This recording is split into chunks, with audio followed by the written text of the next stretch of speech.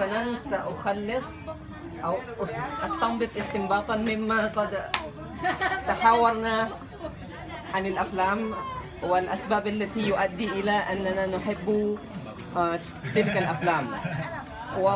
كل واحد منا يذكر فيلمه وفيلمها، وأما أنا ذكرت فيلم شيرلوك هولمز والآخرين The Idiot وأيضا بيرل هاربر وبريف هارت، وكل واحد يأتي بالأسباب التي يؤدي إلى محبة تلك الأفلام، مثل لأن في تلك الأفلام تقع هناك محبة أو المصاحبة أو السياسة والqital atau al-harb.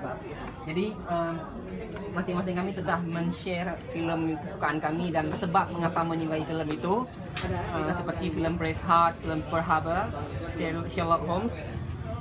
Ada yang mengatakan tentang konten filmnya mengandung percintaan, persahabatan, politik dan perang. Demikian.